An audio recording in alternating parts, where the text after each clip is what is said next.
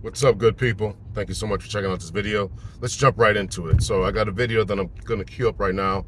I got this from Miss Crimson Cure, but we're only going to play the segment that is relative. So be back right after this.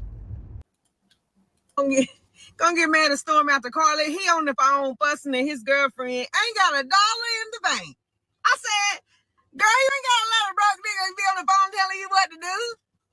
He done got at the car, slammed the door, talking about I can't tell my girlfriend what to do. Not when you broke, nigga. Girl, you ain't gotta listen to no broke nigga telling you what to do. Hey, go ahead and hang up on him flat. It ain't even a flip phone. I don't care. Flip it flat. Hey, I ain't gotta listen to nothing that you say. I'm the one that's buying you a new shirt. Child, he done got mad at me and talking about why are you gotta say these things? This is why I don't want to talk on the phone around you because why would you say it to my girlfriend? She doesn't need to listen to me. She ain't gotta listen to no broke nigga. I don't care who. Listen, my son or not. You ain't gotta listen to this nigga. Ain't even got no money. Please, he asking you for stuff and then want to tell you what to do. I wish you would ask me for something and then you want to tell me what to do. But I'm not gonna do it. I'm not gonna do it. All right, so we're back, and so if you have not seen that video, I mean, it's obviously a video about the traumatic experiences and the problems that we have within certain communities, and it really becomes an issue when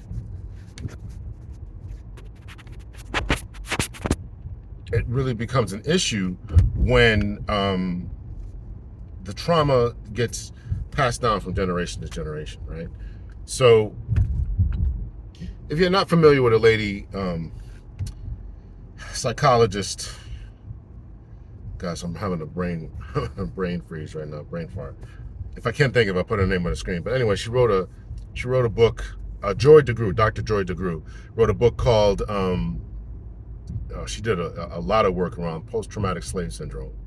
And she in the work, she talks about the generational traumas that are passed down, and not only the traumas, but the responses to the traumas and how we speak to each other, how a mother will raise her sons, versus how she raise her daughters, versus how they are raised in other communities and all that. Great work. Number of YouTube videos about it, as well as a book that I have. Joy DeGruy, DeGruy.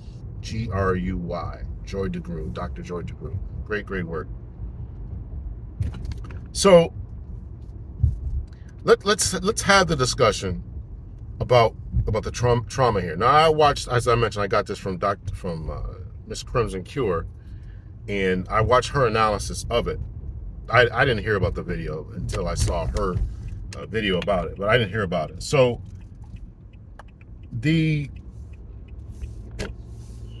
the issue, the only I think her analysis was pretty much spot on. The only thing that I would disagree with is that a man's, she said that it teaches a boy that a man's, I don't know if she said only or primary mark of manhood, essentially, is their ability to provide or the amount of money they have. Listen, it's a fact of life. You have to, as a man, you have to be productive. Now, if you cannot be productive. There's some analysis about how much it costs for a single guy to live by himself in the United States. Something like $21,000. He can live, a fairly decent life. Take the bus where he goes, maybe take the train, whatever, public transportation. Be able to afford food for himself. But if you're not looking if you're not looking for a family, which a lot of guys aren't these days, then $22,000, $25,000, $30,000 job, you buy a video game and you're sit in your closet all day and your 1-bedroom apartment or your mom's basement, and you can live a good life. But if you are going to be productive, have a family, and you have goals, dreams, aspirations above any of that, then you got to be productive. So I disagree with Crimson Cure when it came to that. And I think that if anything, that it would help that boy to understand that you gotta make something of yourself. And I have no doubt that the mother really thought that she was coming from a place of love and all that. But I'm telling you that was not love, it was not respect, it was not honor. It may have been intended like that, because as Dr. Joy DeGruy has laid out, we have misplaced our understanding of what love is, what love looks like, uh, how we raise our children and all that, right? And one of the things that we have to understand is that the people, particularly those from our community, have been raised with this mindset that you have to keep your boys in line, keep your boys in place, keep people in place, keep people in line, and inhibit their growth, their masculinity, tamp it down, all that. And I definitely think that that's going on in this case, where this lady looked at this boy, and probably heard the same thing as she was growing up, and said, I want to stop this cycle. You ain't got to listen to nobody with no N-word with money, right? This could be broken down for days from a psychological perspective. So let's deal with the lady first, right? So I've given a little bit of what about the mother. I'm saying I've given a little bit about where I think that she got this from, passed on from generation to generation. She obviously never grew up with any type of male authority, positive male authority, positive male role models, has no respect for males, in the fact that she would talk to them like that.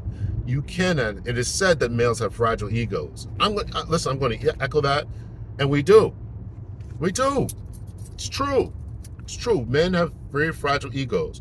And if a man doesn't have a fragile ego, he probably doesn't have anything going on. Or he probably isn't going to try to make something of himself.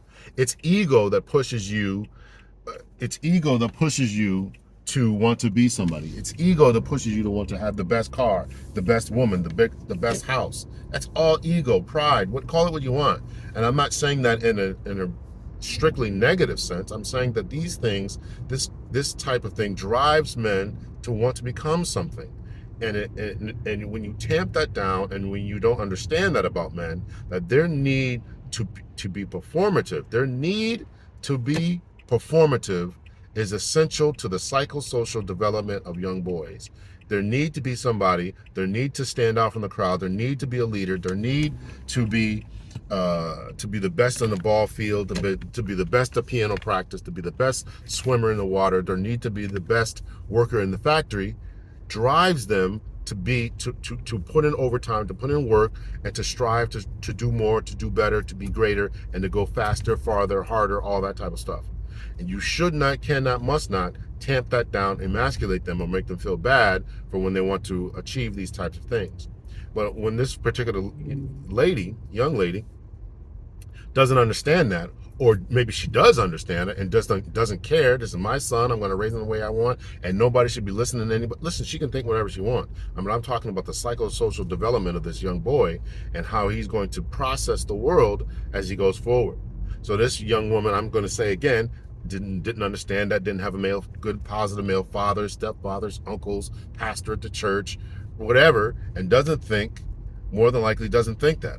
And if the males that she had in her life didn't check that kind of behavior, didn't exemplify the type of behavior that I'm saying that you ought to exude, then they grow up with no respect for male presence, male leadership, male command presence, male authority, talking, the way that they interact, the way that they move, the way that they take control, take command, competency, right? A lot of ladies develop this type of mentality towards men because they haven't seen competent males in their life.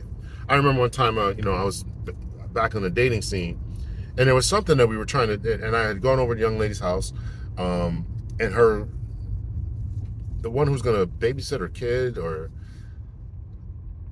cousin or there was somebody else at her house or something. I don't know. And we were doing something, so they couldn't fix something, so they gave it to me. So I'm starting to look at it, and the second lady, the one who I wasn't seeing,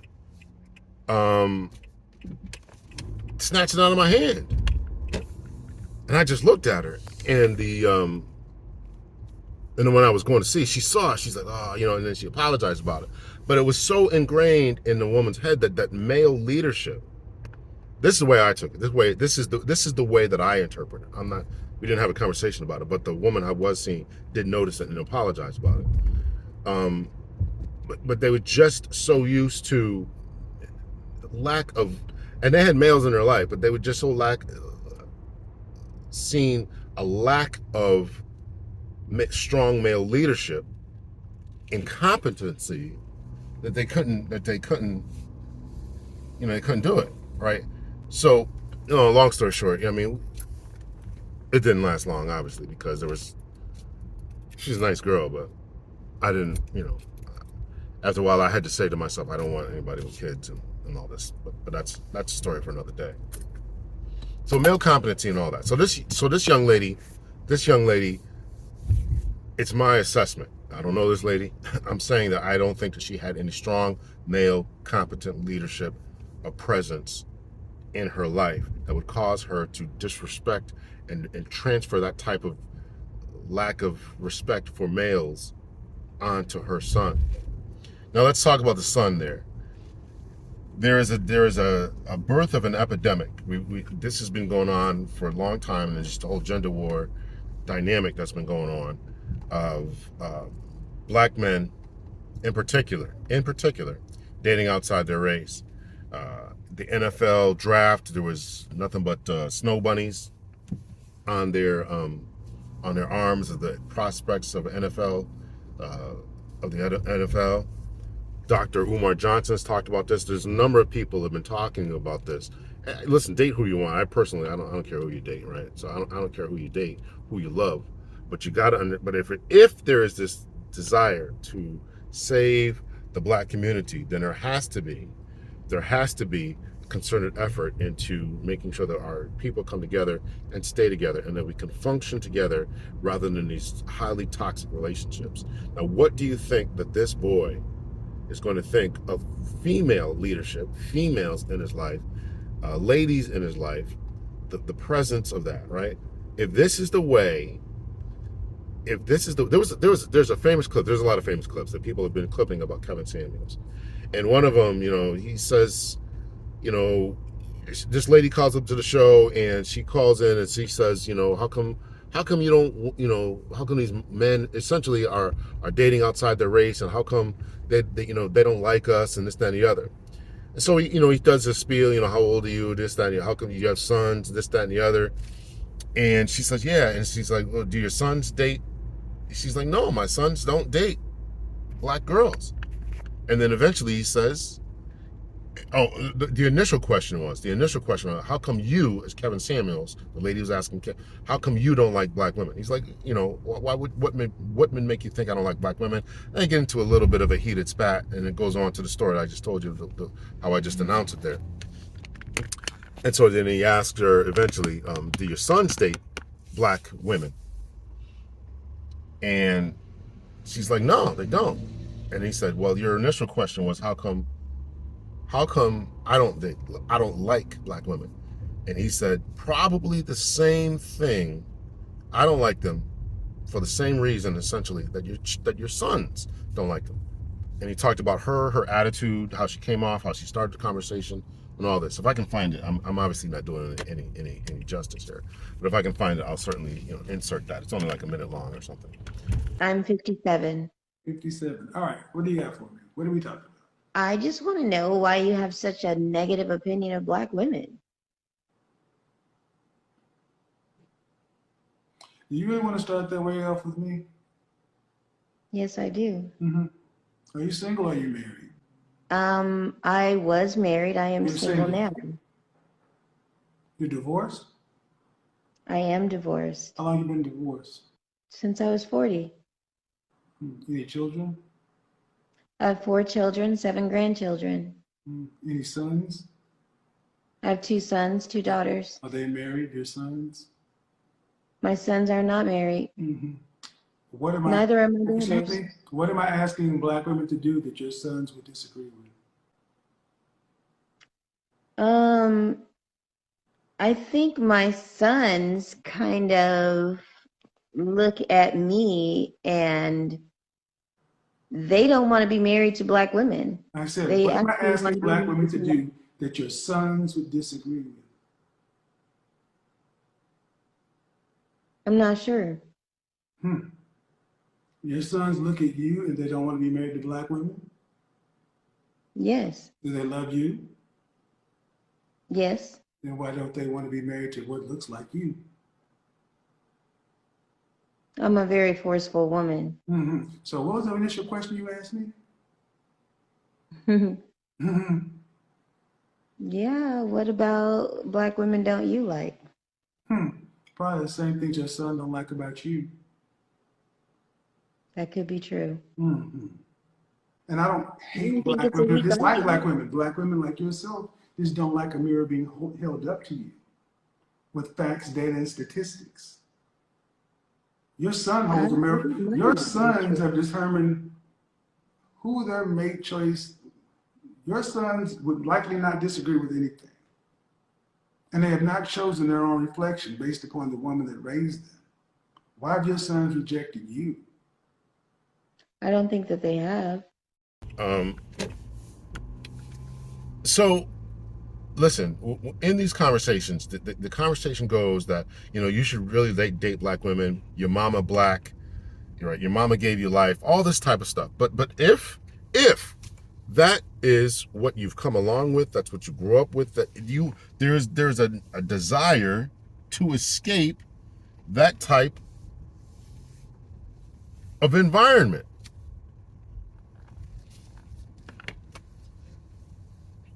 There is the desire to escape that type of environment. We don't want to be around that type of negative behavior. I don't want to be around anybody who's going to talk to me like that. I don't want to date, marry, cohabitate with, live with anyone who's going to treat me this way, going to talk to me this way, who's going to remind me of my shortcomings, remind me about how I don't want to be around anybody like that. We want peace. We want quiet. We want loving, affectionate relationships. We want respect. We want those are the things that we're looking for in a mate.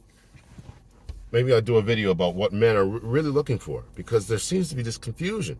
We don't care about your degrees. We don't care. We don't care. Not saying that we want a stupid woman or an uneducated woman, but what we are looking for in a mate, in a soul mate, in a partner, and somebody who's going to make our life better is somebody who's going to do just that, make our life better, give us peace, give us joy, and be a nurturing and provide a nurturing, loving, caring, respectful environment. That is primary concern number one. All the other stuff, your accolades, your achievements, that's all that doesn't mean anything. So that's what this boy is going to be striving for. And when he grows up,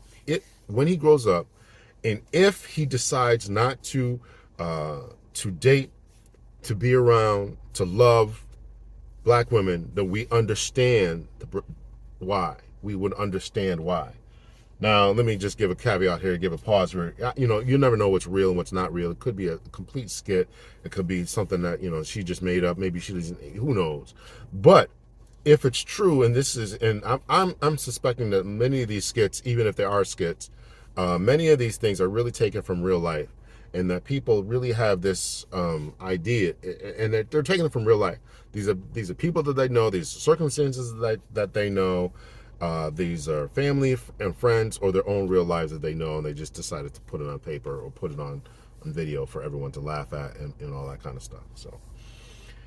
So yeah, so we dealt with the woman, with the mother, her traumas that she saw, all the stuff that growing up. This is how we talk to men. This is how we keep men in check. This is how we keep men in line. Didn't see any competent males growing up, or she didn't develop any type of respect for them. And by the way, these type of people, they have no respect. Period. They have no respect for. And if you have no respect for male presence, eventually you have no respect for police presence, for teachers, for instructors, for your boss. Right, you won't be able to keep a job. You'll be telling everybody off that you come in contact with. You'll be getting thrown off of airlines. You're getting escorted off of airplanes. All this kind of stuff, right? There's a video about that, about a woman getting thrown off an airplane, talking crazy to flight attendants. It's really, really unfortunate. We got to get a hold on our public ethnic image and our social ethnic image. We really got to get a hold of that. So this young man was emasculated in front of his little girlfriend on the phone or video conference or video chat, whatever he was on. Got emasculated in front of her. Slams the door, letting you know he was definitely upset and angry. decides not to, and just doesn't know how to navigate this world. And he's got to bow down because this woman is providing his food, his sustenance, and his shelter.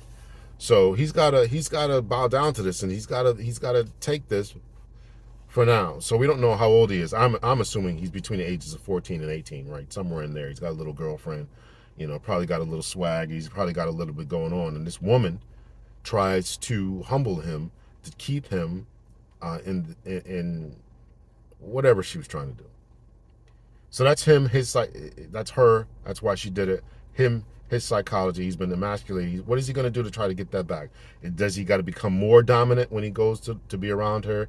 If the girl bucks up, if the girl on the other end bucks up, and what does that say to the girl? What kind of message does that say to the girl? Oh, Cash should really only date dudes who have money today, not dating them for their potential. As I talked about the whole NFL situation and all this type of stuff, right? You date somebody, you ride with somebody when they don't have anything. Same thing with LeBron James and his wife. Meet people in high school and then stick with them she could have the potential to not think this way anymore and only go after scammers, drug dealers, and people who have money, men much older than her. Okay, this guy don't have any money, right? All of this type of pathology that we see that's going on here can be replicated because this one woman is propagating this nonsense, right? So this was really unfortunate to have to witness. So let's just finish this off by what this boy needs. Now, the woman, I think it's too far gone. I think there's a saying that Frederick Douglass had, right? It's better to raise good children, good men or boys, than to try to fix broken men. It's the same thing about women. You can't undo that type of learning and damage. You have to get these kids when they're young. And so this boy is going to need therapy. He's going to need therapy. And by therapy, I think a real actual therapist, number one, to really deal with his motherly issues. Because if you think that this is the first and only time that she's ever talked to him this way, or ever confronted him, or ever embarrassed him, or ever, you're wrong. This has been a constant with him. We don't know anything about the fathers in his life. Don't know anything, but if we have strong uncles, we're making a lot of pronouncements about this one video that we saw. So does he have strong uncles? And this is what I'm calling therapy. Strong uncle, strong father, strong stepfather. Can he go call his dad up? Or if they don't live together, does his mother have a boyfriend that he can talk to? And I'm talking about strong, not just anyone. I'm talking about strong that will put him on the right path and give him the counsel that he needs, right? Because he's going to need to undo a lot of this damage that has been done. He's going to need to undo a lot of this damage that's going to be done. And the same thing is along the therapeutic lines is he's going to need to be around strong males. He's got to be around strong males who are going to put him on the right path and say, listen, this is how you deal with, number one, your woman, and number two, this is you have to deal with getting away from your parents. Now, you can't do anything as a minor. He has to live with his mother, but when he's 18, 19, he goes off to college or goes off to the military. He may have to cut ties, right? He may have to cut ties. It's a drastic measure. But if the people who are with you continue to traumatize you every time you're around them, doesn't matter who they are. It doesn't matter who they are, whether it's your boss, whether it's your brother, whether it's your sister, whether it's your cousin that you grew up in the house with, whether it's your auntie, your grandmother, or even your own mother or father. You have to cut ties with people who are emotionally traumatizing you every time that you're around them. You have to cut ties with people who, this is your drastic measure. This is the last step, right? If you talk to them, you try to tell them, how you feel and how they make you feel, and what type of feelings you have when they get around you, and how they've hurt you, and the therapy that you need to go through, and all that. You've had those types of discussions, and you still can't get anywhere. Then you got to cut ties. So first step is overall therapy, as far as being around strong male presence and or professional counseling and therapy to really kind of process what he's gone through. Second step, I would say, is to have a conversation with his mother and say, listen, I don't appreciate that. All the things you've ever said to me along the way, all this kind of stuff. You put me in a bad position. You embarrassed me. I feel humiliated. I feel like I feel like I'm not going anywhere. This is a mature conversation for him to have. Not sure if he can really have that today, but when he's moved out the house, or maybe he's 20 years old or so, he can have that type of conversation. And the third thing is, if that trauma continues to go, you're a grown man and people still try to treat you like a little boy, still try to son you, put you in your place, still try to keep you under their thumb. You got to cut ties with people like that. As a man, as a woman, and as anyone, you got to cut ties with people like that, because they're going to emotionally hurt you, emotionally damage you further, stronger, longer. They're going to do it. It's going to do it. They're going to try to keep you under the thumb. They don't have anything going on in their lives, so therefore they want to make sure that you are their life, and so that you are their safety net financially for the future. That they are your their lifeboat, their safety net, their retirement plan, all this kind of stuff, right? And so there's this term called son husbands.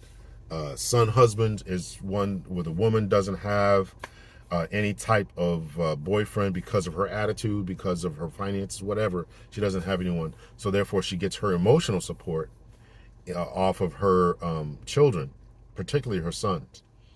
And she turns them into son husbands, right? So the son is doing all the type of things, the emotional type of things that a typical boyfriend and or husband would be doing. So I hope that this young boy doesn't turn into that type of individual, that he's strong enough, that he gets the help, the therapy, and he finds good, strong, older males to really talk him and walk him through this type of process. This is why the manosphere was created. This is why the red pill community was created, to get people, to get boys to really try to understand, who they are, what they are, and their potential, and what it takes for them to reach their potential. And he will not be able to reach his potential if he is continuing to be under the mental, emotional, psychosocial dominance of his mother. You have to break free from that and become your own person, become your own man. So those are the 3 steps that I would recommend that this young boy take. First is therapy, and by therapy I'm including a professional therapist and older, competent males, counselors, pastors, deacons at your church, coaches. Really talk to them and really try to be around them. Older, positive individuals who have things going on in their life. That's number 1. Number 2, I would say he's got to endure this for a little bit, but continue to work on himself, and then try to get himself out of that situation to the best of his ability. Maybe he can live with a cousin, maybe he can live with an aunt or his grandmother or something like that. Maybe go live with his father if they aren't together, whatever their family dynamics is. Try to get out of that situation. Along those lines, I would also say that when he gets a little bit older, he really should try to talk to his mother and say, this is the things that you've done to me. And if the abuse, the mental, psychosocial, emotional, manipulative type of abuse continues on when he's an adult, then he needs to cut ties. And all of this is going to be really important for his own emotional development, for his development, and as he deals with the world, as he maneuvers in the world, as he tries to get girlfriends or gets married or whatever. So he's really going to have to deal with this, because that was really traumatic.